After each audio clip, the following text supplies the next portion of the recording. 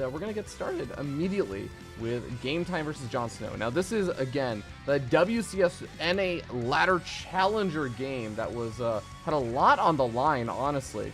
GameTime and JonSnow, both, of course, Zerg players, if you're familiar with them. Both pretty much staples of the NA scene now. JonSnow, much more well-known, and, of course, has a lot more results, as you can see. $25,000, just a little bit more, just, you know, around like 8 times more money than GameTime has ever won. And but I would say GameTime is still a staple of the NA scene because he's definitely been one of the biggest up-and-comers in the past year or so. But also, he's just been incredibly active. He's been that guy for multiple years, at least 2 years now, who's just participated in every single online cup and everything. He's been so ridiculously active. So I do consider him a staple of the NA scene. Of course, taking a look at their win rates, wow, I'm actually a bit surprised. JonSnow's ZVZ, now granted it's only across 26 games, has fallen from form a good bit. JonSnow used to have a pretty awesome ZVZ, I think. But GameTime still looking pretty strong with its 60% win rate. Should be pretty interesting, and of course, go into that head-to-head matchup history.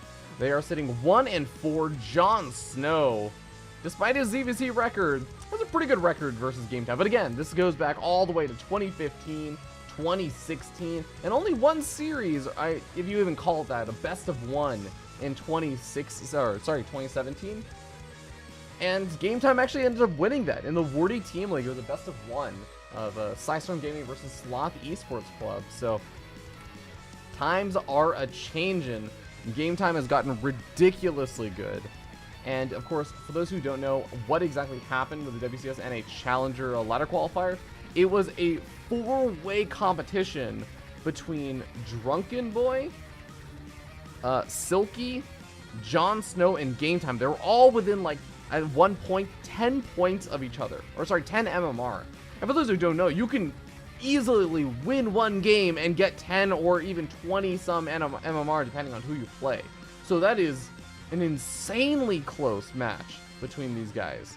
So it was a very, very fun and exciting thing to watch. And this was what I think a lot of people point to as the game that decided who was going to qualify. Because 3 of these players would qualify and 1 of them would not make it into that top 8 for the ladder qualifier. Now, granted, they still have an opportunity in the open bracket qualifiers and stuff, but either way, I think that's enough kind of hype up about the match in context. We're going to hop into it. Odyssey is going to be the map for this ladder game. We'll see you guys there.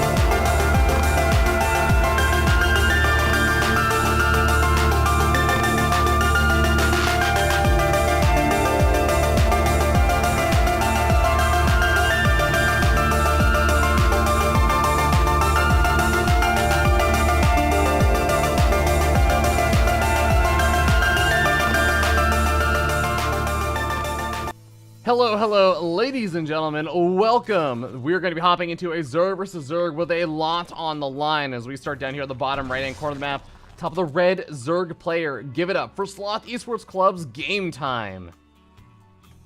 And his opponent spawning up here in the top left-hand corner of the map, going for a 13-12. We have the blue Zerg player, known as the Low Drone King, and living up to the name, it is JonSnow from Storm Gaming. And both of these guys, for those who don't know what this game is from, if you missed the explanation earlier, if you're watching on the stream, or if you're on YouTube, the way that this game ended up playing out is it was effectively ended up being the deciding game for WCS NA Challenger of who would qualify and who would not. Now, these two guys were actually sitting so close to each other in MMR, and Drunken Boy was just a little bit ahead of, I believe, GameTime. So, you know what?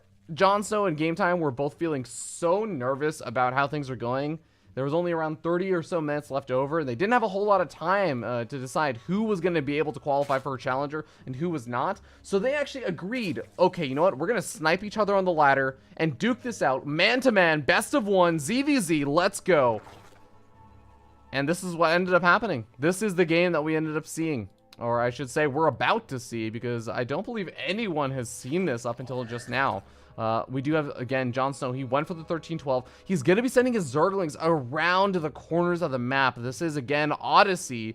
And it is one of the newer maps. Granted, it has now been around for a couple of weeks. But it sometimes matters that players may not always have the exact Overlord scouting patterns to detect things like where to send your Overlords if you want to scout a cheeky Zerg player who's going to go for a 13-12 against you and hide their Zerglings as they run them across the map. I want to also note, JonSnow pulls off of gas after getting up enough for Zergling speed. That is all that he is going to be getting with that gas. But here we go. Game Time is now detected. Ooh, Game Time has now found his opponent's Zergling, so he has the opportunity to react very early on. Since Game Time himself was actually sending his Zerglings around, scouting for any potential things. He went for a much earlier hatchery, but his spawning pool is already finished up. He has Zergling speed on the way, and his Baneling nest is going to be done very, very shortly. JonSnow has a small window of opportunity to try and make something happen before these Banelings end up popping out. He's already managed to kill one or two of those popping out Zerglings for Game Time. Was whittling away at this hatchery, but the Banelings are about to finish up, and this hatchery is not going to be going down before the Banelings get there. Oh no, I don't think that JonSnow actually knows what the Banelings are. Okay, now he sees them. He does react in time. Doesn't actually end up losing too many lings for the Banelings that he actually managed to kill off, but still has to be so careful. He's actually still outnumbered, and Game Time has not only a 3-worker lead, but a little bit of an earlier hatchery, and that might not seem like a big deal, but I believe it just means that there is an earlier queen out for Game Time, and that in and of itself is going to be a huge deal. That larva advantage, even the defensive advantage, is going to be really nice.